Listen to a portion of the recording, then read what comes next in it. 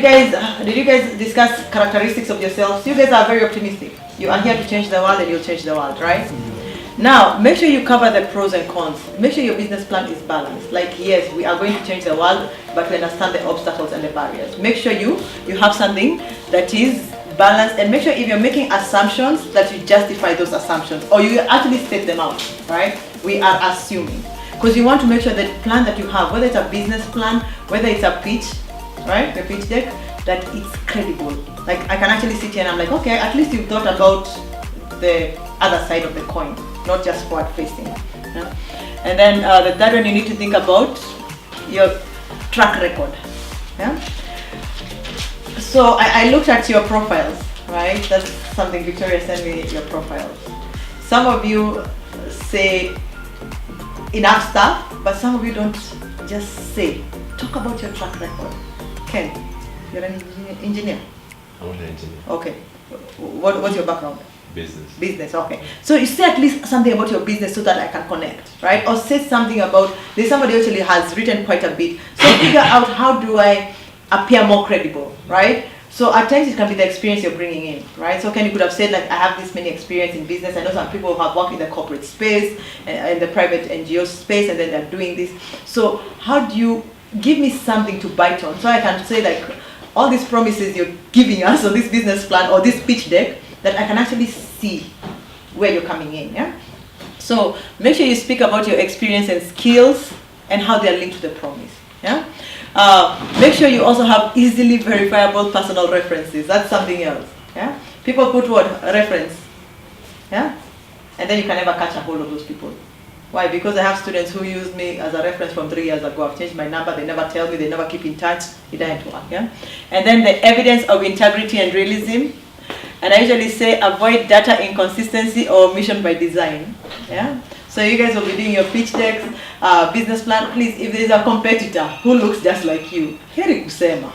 Wajua, heri kusema. People will find out, right? People will find out. So don't omit because it's convenient for you to omit. Yeah. Make sure you do your homework and then avoid false claims. Yeah.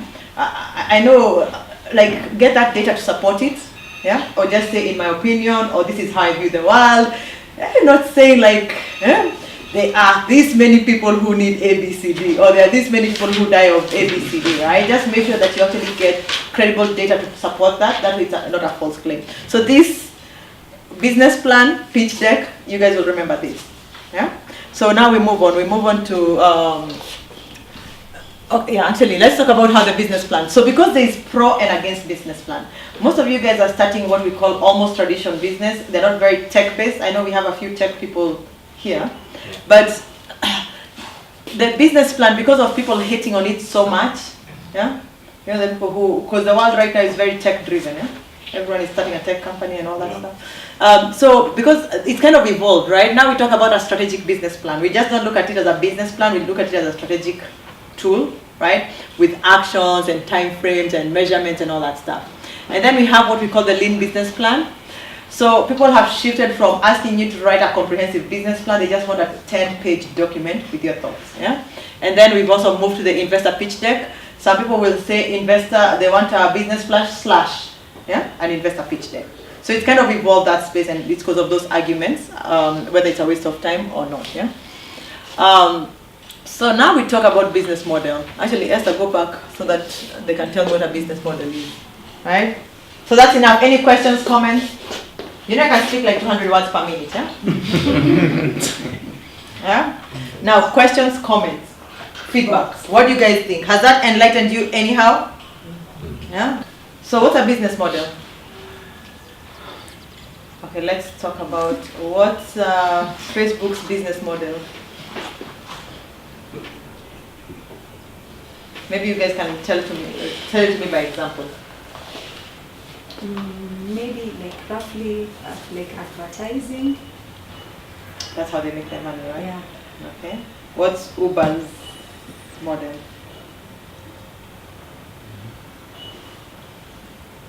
The commissions they get, like the cuts they get from every trip. The cuts they get from every trip. Okay. Now, what's your the kiosk where you bought bread this morning? What's their business model? I think the cut they get when they buy things in wholesale. The difference, right? Yes. The difference. So what's your business model? I think it's like the difference between how much let me focus my words. How am I making money? So that's kind of right. Yeah. So that's part of it, right? But most of the time when I tell you, do you have a business model? That's usually just like slang of how you're making money out of this deal, right? But the business model is more than that, right? But at least you guys are getting my drift, right? What the business model is, and we can define. It describes how an organization will create, right, deliver, and capture value. Yeah. So the examples, we talked more about capturing value, but how does the organization create, deliver, and capture value? So your business model is truly how your business is going to work, right? From you're creating it to bring it to the customer to capturing that value. So we said a business plan is a document presenting the company's strategy and expected financial returns. So you can actually say your business model will be embedded in your business plan. Okay? So there's a connection between the two. But today we're going to talk about how your businesses capture value. Now, how long have you guys, just generally speaking, who's just like a new startup, less than a year old? I think those are criteria. You guys are, so less than a year old here? Yeah. Right? Less than 6 months. Less than 6 months, wow, okay. Wow. Now, who's been around for like the last 3 years? 3 years? You've been around for like 3 years? Okay. Right? Now who's at least collecting revenue right now? You have money coming in. Okay. Now who's cash positive? Where the money coming in and the one leaving, at least it's leaving something for you. Right? Okay, so that's good. That's a good place, right? That's a very good place to start. Yeah? But so there's a connection between the business plan and the business model. So we'll talk about the business model canvas, and this is what you'll draw. And it's a tool. It has 9 sections. Yeah? There's a debate between the lean canvas and the business model canvas. I'll present both of them. I don't know the bias to this program. I don't know whether it was towards the lean canvas or the business model canvas. Which one was it? The lean canvas? That's where the bias was towards, I know. But I hesitate, and I'll show you why, but I cover both, right? So that you guys can know both and see what works for your business. Yeah? Because they're tools. All these are tools to help you get clarity and figure out how your business works. That's what they are. Yeah? So 9 sections, and then we're going to complete one. I have a case study, and I apologize, that case study, but it's not that complex. Right? So this is what it looks like. So the first part, press one more time. So this is what you guys are going to be drawing. Yeah? So 9 sections. So the first section is the customer segment. Now, customer segment says for whom we are creating value, who are our most important customer. Yeah? So in the same style, now I'll start with this side where Bright is seated. Bright. Yeah. Just mention for me one customer segment of yours. Corporates. Corporates. Yeah. Okay. Kennedy? NGOs. NGOs. Restaurants. Restaurants. Fresh produce exporters. Fresh produce exporters. My question though, I love that you guys have an idea of your customer segments. Yeah. So the trick with the customer segment is actually like you really need to break it down and figure out whether it's a true, whether you have multiple segments or you have one segment. Yeah. And the idea is, how do you differentiate them? The best example I can give you guys is the one for the airline. Business class versus economy class. So if you have like 5 segments, you need to kind of figure out which are the sweeter ones, which ones do I go for first, right? So list them out. List them out and figure out. So the next one is your value proposition. Yeah? I heard you guys have done your mission and your vision statement. Yeah? Can I have an example of just what value are you bringing to the market? This is the reason your customers will come to you, your value proposition. You need to be able to articulate your value proposition, and hopefully you can do it in like 5 words. Yeah? Are you bringing in flexibility? What value are you bringing? Yeah? And just to walk back to customer segments. A good example of a customer segment is actually a mass market. That is a no segment approach. You guys know that? People like Omo and Sunlight and all those detergents, they sell to everyone, yeah? They sell to the males, the females, whether you have money, no money, everyone, yeah? And then there's what? Also niche. So here I had some people who are really doing niche products, yeah? Or their customer segments are niche, yeah? So kind of think about how to distinguish them. When it comes to value proposition, there's what we call as elements of value, yeah? And an example of an element of value is newness. Sometimes something is valuable to you because it's new, right? That's true, yeah. It's new. So think about those elements and try and capture. So now we'll do an example. Can somebody just volunteer here to try and explain to me the value they're bringing their customers? Connecting the unconnected. Like you said less than 5 words. So Yeah. connecting the unconnected, which is like we try to connect the tourists to the very local communities or the grassroots where before they never used to really explore. So you're basically, for me, I would sum it with authenticity. Yeah. Yeah, travel authenticity, right? Okay. Producing new unique shoe products. So for you, new, you're bringing something new, you're bringing something unique. So those are elements of value, right? Because you can tell me this is unique, right? Yeah. My pieces are all a bit different. These ones, they link directly. Yeah. So if you have 5 customer segments and they're real segments, right? I need to know which 5 value propositions you're offering the different segments. Okay? So that one you need to figure. So after that, we move on to channels. Which channels do our customer segments want to be reached? How are you going to reach your customers? In other words, how will you reach them? Yeah? Social media. Social media, right? How else? How are people reaching the customers nowadays? Farmers markets abroad. Farmers market abroad, right? So you might need to do it in person. How else? Cultural events. Cultural events, Your exhibitions. the exhibition. Yeah. Does anyone do like, you do physical, right? It's face to face. You have to go to the schools, right? And where the parents are. You have to go to the NGOs, right? And figure, right, how do you get to them? You have to go to the universities, the schools. Okay. So, and this is an understanding of your customers. Kind of the same way, if you have multiple customer segments, yeah, that could be very different. Yeah, that could be truly different on how you kind of reach them. And then relationships. Yeah? What relationship do you want to have with these people? And something to ask yourself, what's the motivation for that relationship? So here when it comes to relationships, at times the motivation is customer acquisition. Yeah? How you talk to me when you want to put me inside the box is usually very different from when you're talking to me, you're trying to get sure I don't leave that box. Eh? So it could be customer acquisition, at times it's customer retention, and at times it's upselling. Right? So those are normally the 3 core motivations for your relationships. If it's customer acquisition, how's the best way to reach these people and give them enough information for them to be able to make the decision whether they're going to buy from you. Yeah? If it's retention, it's more of follow-up. They're already your customers or they've made a purchase from you. How do you speak to them so that they don't go to somebody else? Yeah? So when you think about relationships on boosting sales, right, and how that's going to work, and then figure out based on the segment. And here, you guys know relationships can be complicated. Eh? Yeah. See, some of you, those are your status on Facebook. Eh? Relationship complicated. So it could be personal relationship. Maybe that's you need to speak to your customer. Matter open. Right, one-on-one. You might need to speak to your customers one-on-one. Yeah. It could be what? It could be dedicated personal.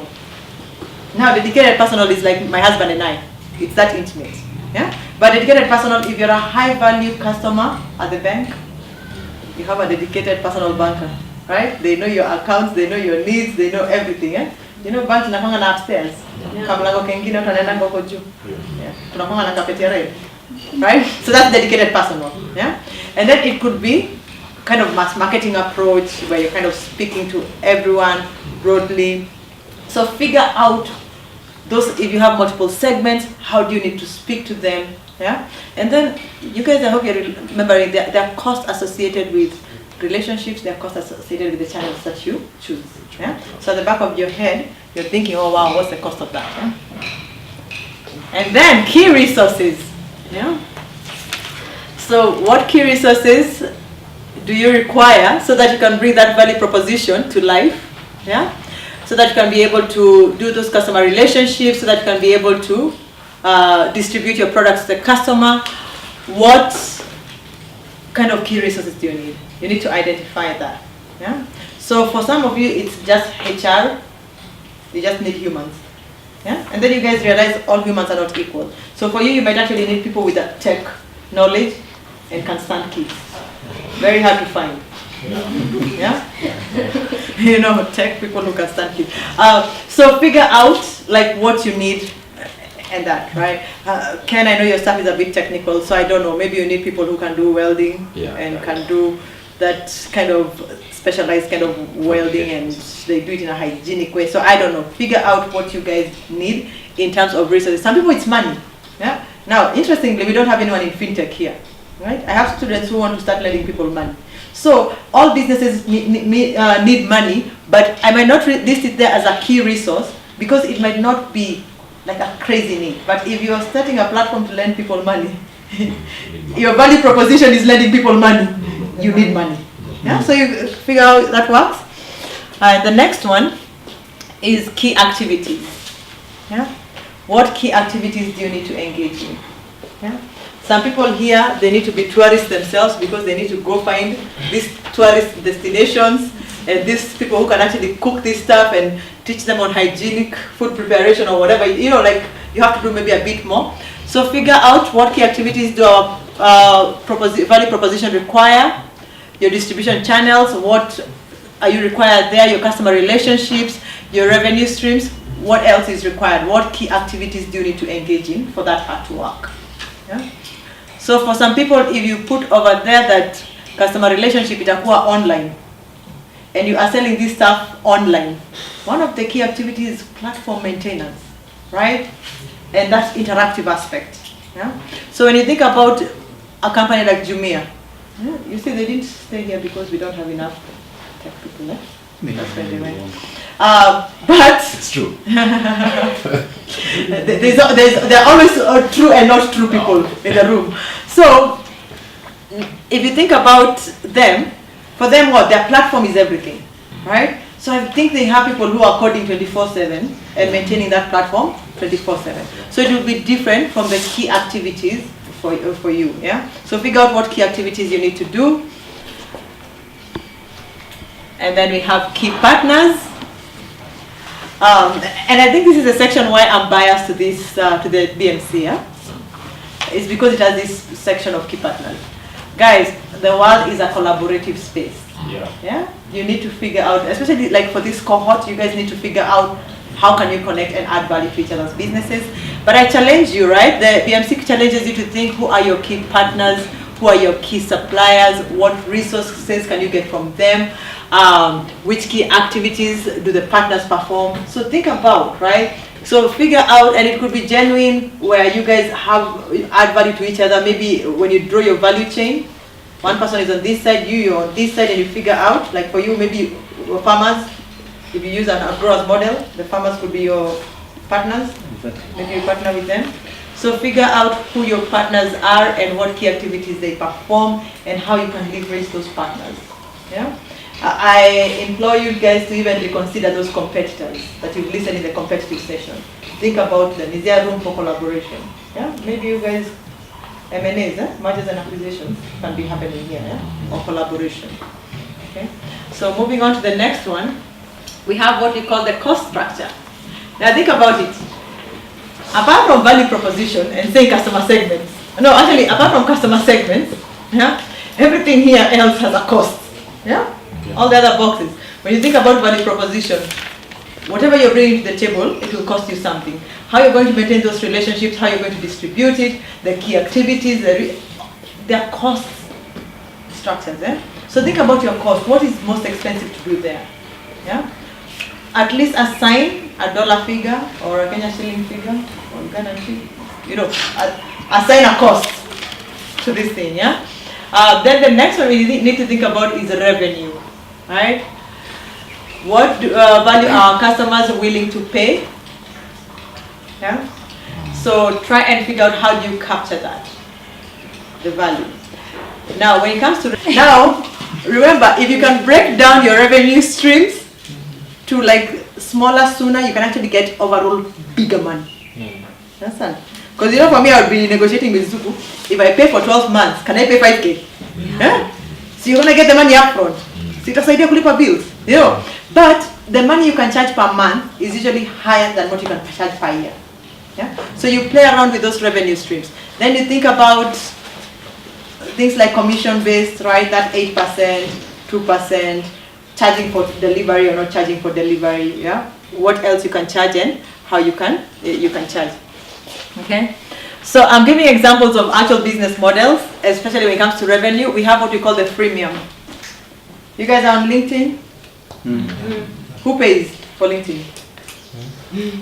Esther, you don't pay for LinkedIn? For ads. Huh? Ads. You pay to put ads there on LinkedIn. Yeah? So figure out what works for you. Then we have what we call usage-based model. That's like cell phone, prepaid cell phone. When I know a Bamba 50, I am using Bamba 50, right? So it's paying for what you need. It's like the hotel room. You know, hotel room at all per night, yeah? So per night you go sleep, you pay for that one night. They won't tell you you have to pay for the whole week. Yeah? So can that work for you? Can that truly work for your business? Would a usage-based model work for you? And then we have a subscription or a leasing model. So like the gyms, right? You pay kidogo per month. You get more money after 12 months than what you can get if you actually try to tell people to pay for all 12 months. Yeah? And then licensing model. I don't know if you guys have stuff where you have intellectual property on it. Are you creating content? Our total site. Are you creating content? Yeah, so like, You're creating actual content for them to use? no, mine is just teaching. Just teaching, okay. So if somebody is creating content, I'm just saying, and then you can protect that content, yeah? Then maybe you can license that content to somebody else, yeah? And then upfront charge model, you guys know upfront, yeah? You just go pay for the thing, upfront, and I make my money. So none of these models are perfect, but they have to relate with what? With what you're doing, yeah? There's some things here that can't work with licensing model. There's some things here that can't work with subscription model. You need to figure out what works for you.